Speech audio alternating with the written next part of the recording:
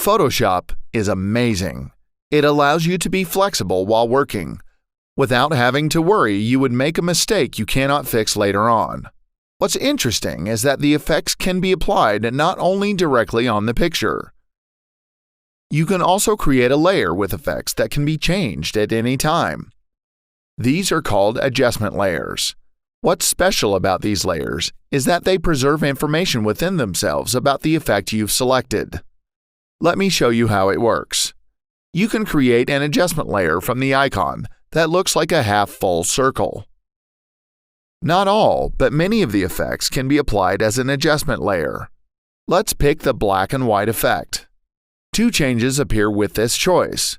First, a new layer is created, and secondly, a new window with the settings for the effects appears. When a new effect is applied, the adjustment layer will make changes on all layers below it and no changes on the layers above it. In other words, a hierarchy is observed.